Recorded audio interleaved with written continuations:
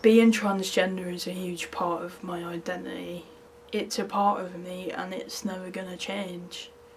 No matter who tries to change it or how they try to change it, it's who I am. I'm Harry and I'm transgender.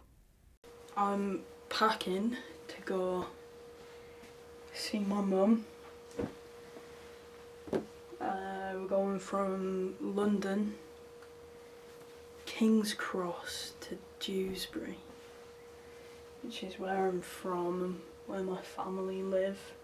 Yeah, I just want to have a conversation with my mum and try to understand what it was like for her as a parent of a trans child. I'm excited about seeing my mum, but I don't think I'm very excited about being back in Dewsbury.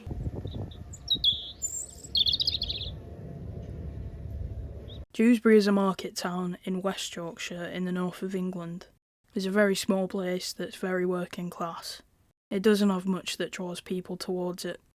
For me, it feels stuck in the past, with no way of moving forward.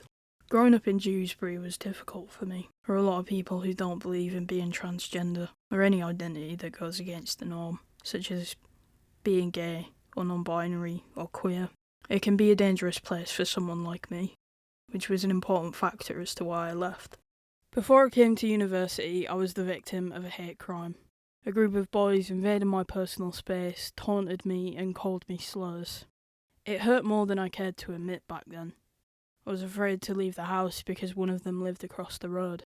The probability of me being the victim of a hate crime again is very high, but I know where to go and who to talk to for help. I want to go back to where I'm from and try to piece together parts of my identity, get myself to a point where my hometown can coexist with my identity with no shame.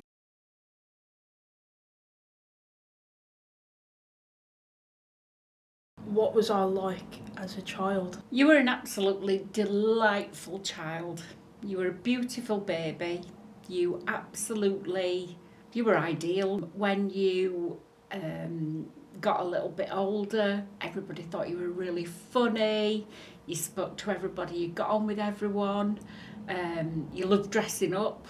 Shrek, Peppa Pig, pirates. You did everything. You loved to dress up. When you were in school, you all your friends were the boys. All the friends, you had no friends that were girls at all. You even dressed in the boys' uniform. You played football on the lunchtime. All your peers just saw you as a boy.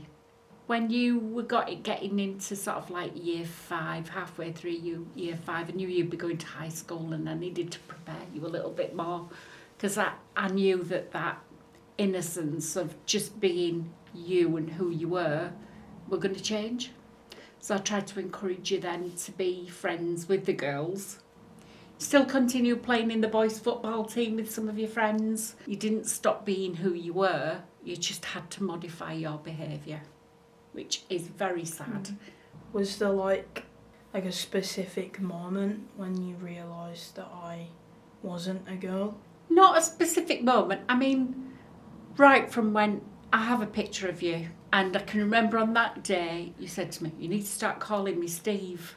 I just thought at that time it was your imagination. You idolised your brother Dan. You wanted to be his best mate. So in my head I'm just thinking, yeah, he wants to be Dan.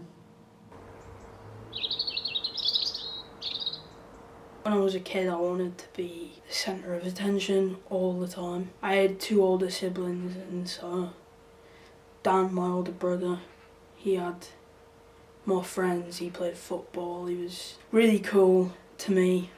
And then my older sister, Sophie, she was smarter.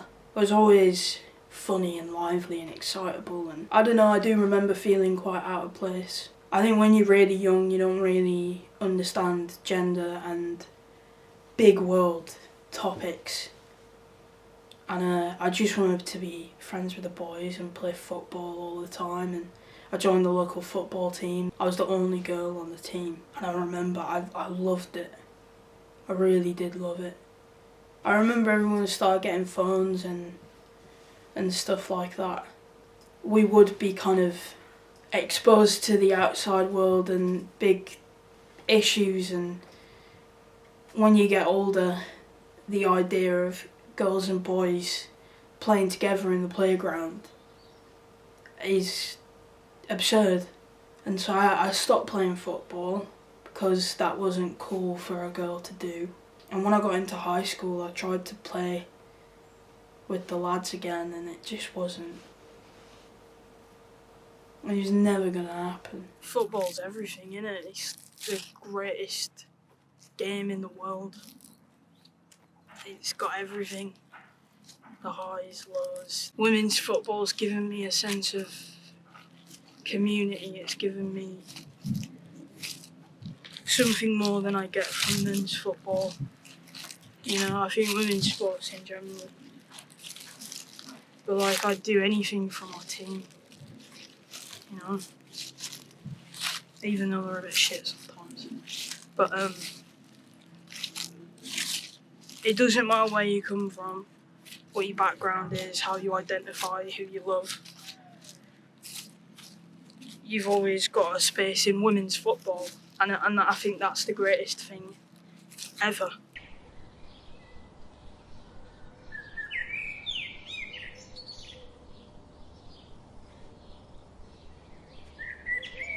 It wasn't like a moment where I realised that I wasn't a girl. I think I just never felt like a girl. And I tried really hard to fit in, and it never felt real or right or comfortable. So I just kind of gave up. I always just felt a little bit lost.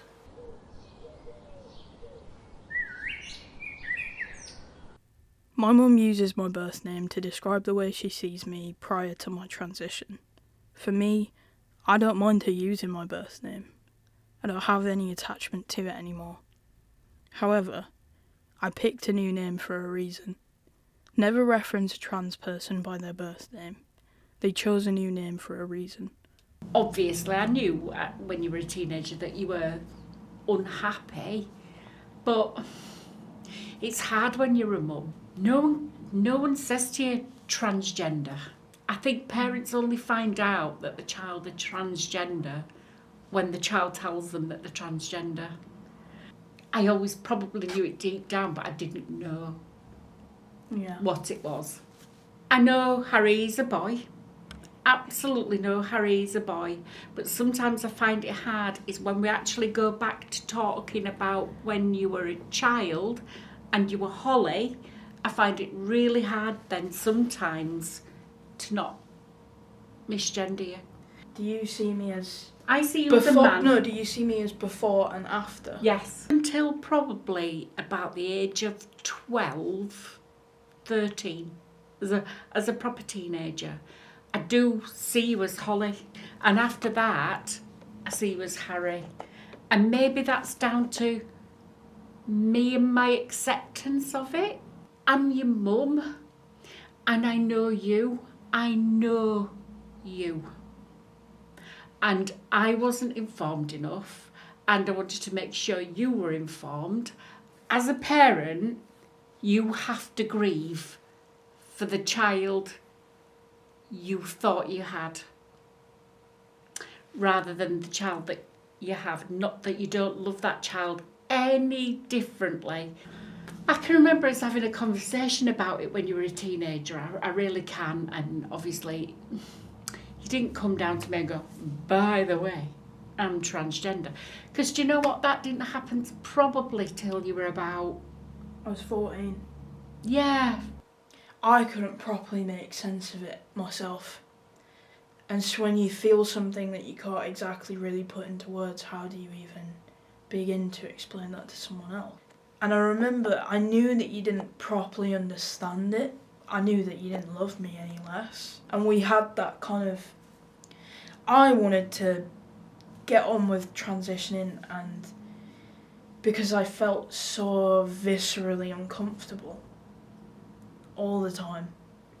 I didn't want you to rush into something because you've got the rest of your life to live the life that you want, we agreed we'd just keep it with us for a bit, so that once we'd both come to terms with what was going on, then we'd go out and then we'd tell other people.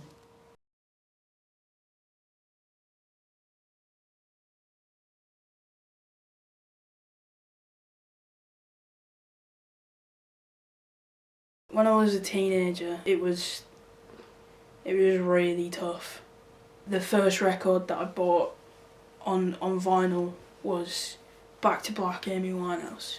Huge album, great album, and I was listening to it in my room on my new record player with my sister, and we were just kind of talking about growing up and home life and you know, just school, things like that. And my sister turned round to me and was like, "So you a boy or a girl?"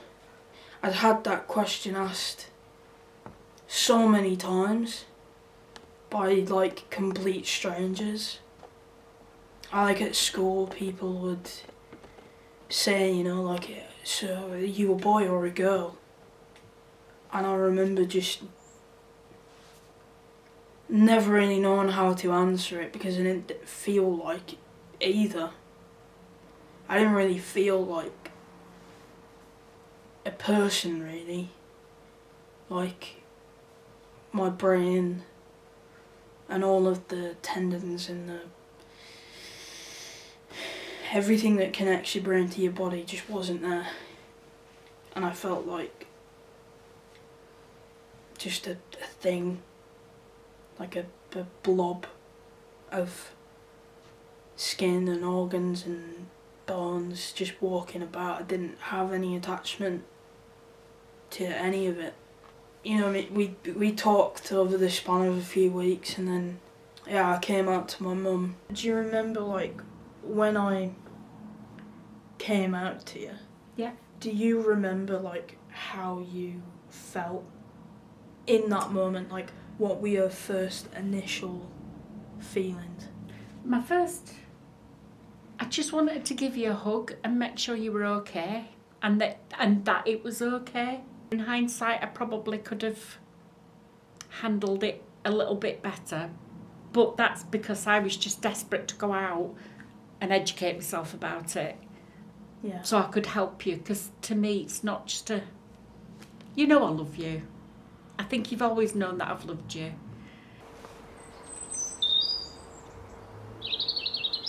You know, I'd always had, I don't want to say issues with my mental health, but it's always been difficult for me. I kind of got myself into a rut that I couldn't really get out of. I think it started around year 9. I had a huge fallout with the girls that I was friends with. I just couldn't understand why they all hated me so much.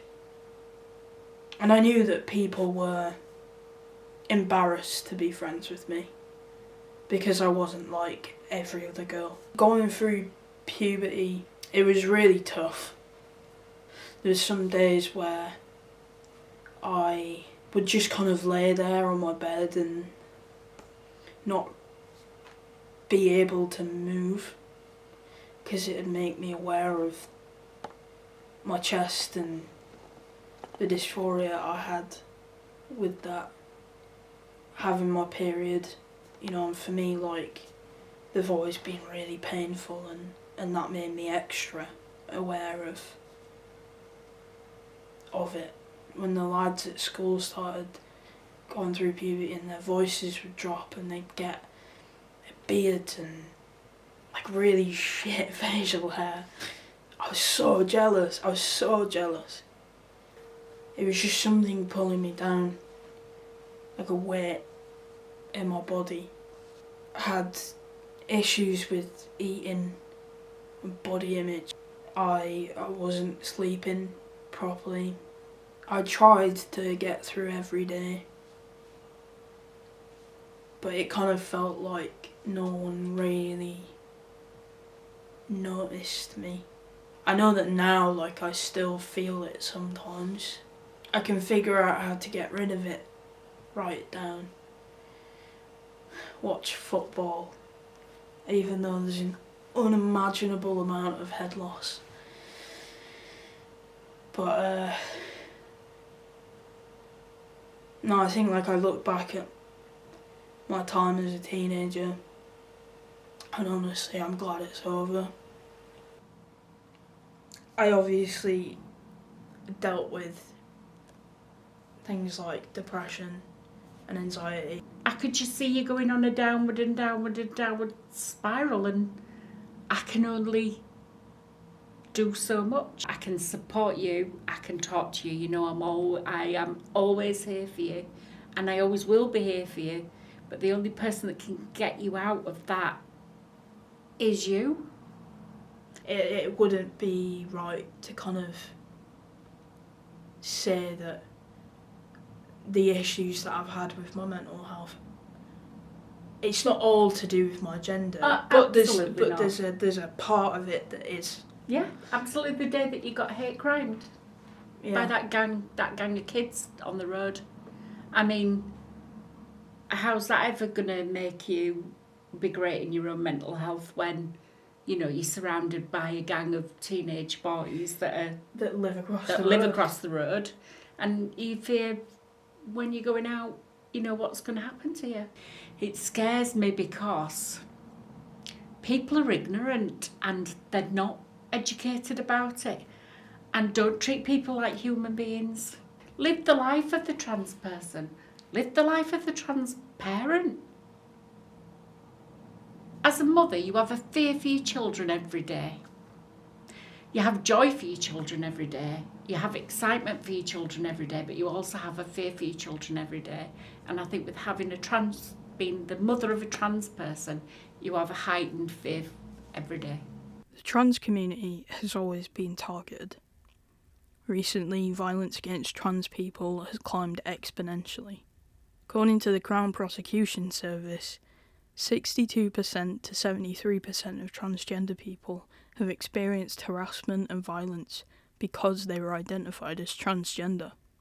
This includes verbal abuse, threatening behaviour, physical and sexual assault. Brianna Joy was a 16-year-old transgender girl. She was violently murdered in a premeditated act by two people 1 year younger than her in February 2023. I attended a vigil for her in 2023. Standing there among my community and allies, I felt hurt and deeply sad and scared. I fear that something like what happened to Brianna may happen to me. Brianna is not the only one. Cherry Bush, Ariana Mitchell, Doski Azad, Ibeng Meyer.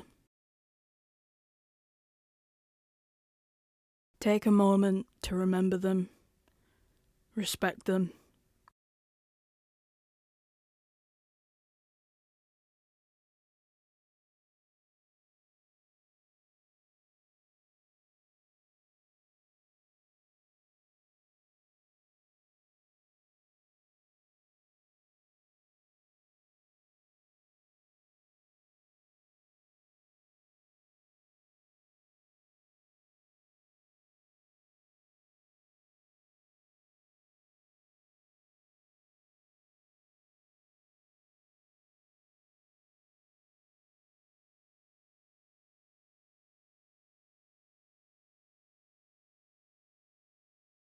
I know this list is longer. Many are not reported or even investigated. They were murdered for trying to be themselves. Cisgender people, I need you to fight with us. We cannot do this alone. Be on the right side of history.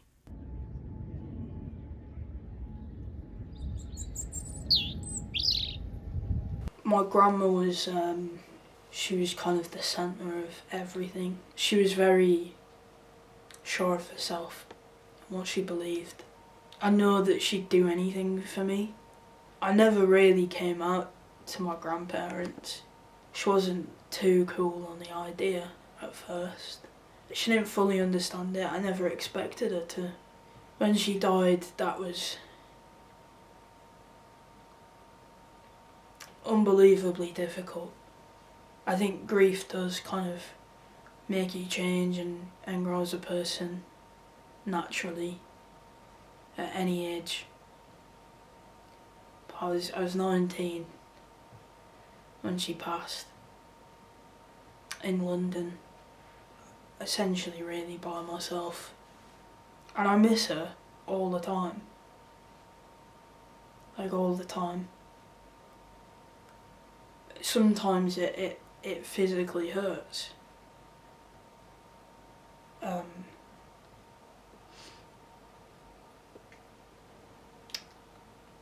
She was so proud of me. I kind of take that with me as much as I can. I think I lost myself a little bit. I guess now I'm just trying to remember her for who she was. She made me feel like the most important person ever to ever exist. It's time, isn't it? It takes time. Time to kind of feel it a little bit less, that pain and sadness. I'm really grateful that she was my grandma and that I had her, because I don't think I will ever meet anyone like her. No, I didn't exactly really come out to grandma. It just kind of all happened really, didn't it? I told her.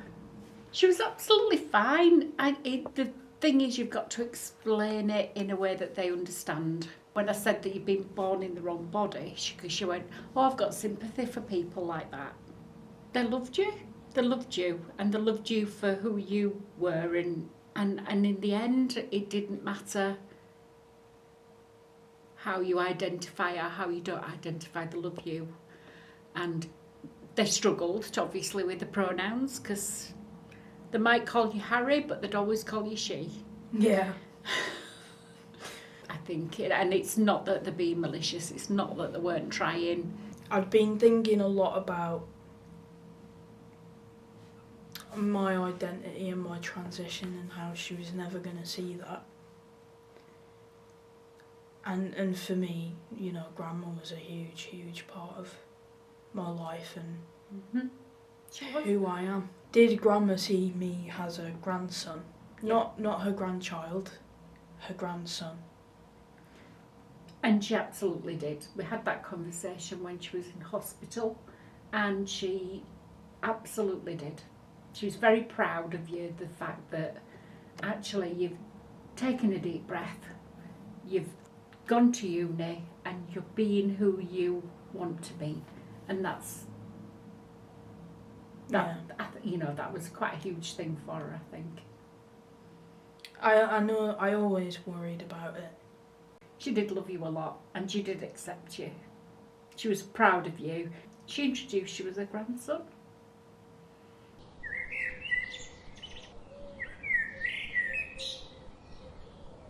What do you hope for me in the future? Oh, so much. A BAFTA. So much. I hope you find love. Not just love for someone else, love for yourself, love for someone else, but someone who loves you. I hope you carry on being funny. I hope the world treats you as you deserve, which is the best. I do hope you win a BAFTA, because I want naming in the speech, as we've always said. But I also hope you win an Oscar, and mostly, I just hope you're happy. I think making this documentary and going back and seeing my mum, like hearing things from her perspective, it's given me a bit more of an understanding of how important my identity is to me. All you ever see about trans people is just horrible things, and like while being trans is those things, it's being sad and it is being exhausting and it's being scared. It's not just those things, it's beautiful, it's incredible, it makes me me. It ties everything up. And I'm proud of who I am. I'm really proud of who I am. I'm proud of the things that I've been through, and being trans has just made me that little bit more empathetic towards other people going through different things. I think losing my grandma has made me see what is important. It's made me love a little bit more, love people in my life, love myself a little bit more, love what I do a little bit more. I'm genuinely so proud of who I am. I think there's this idea that joy comes from one place or one person, but it comes from so many things, you know? Trans people are some of the kindest, most empathetic and incredible people you'll ever meet. And that's what I want people to get from this. I want parents of trans people to understand what we go through and appreciate that a little bit more. But I want trans people to know that there's so much more to life than feeling the way that you feel. It's beautiful, it's joyful, but it's also sad and exhausting. But that's just life. Everyone goes through that, but we have something incredibly unique. We have a completely different outlook on it. And I think that makes us incredible. It makes us arguably the best people in the world.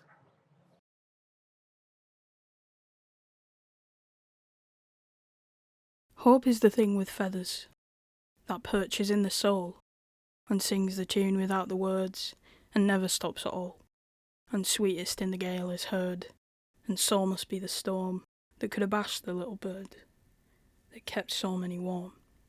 I've heard it in the chillest lands and on the strangest sea, yet never in extremity it asked a crumb of me.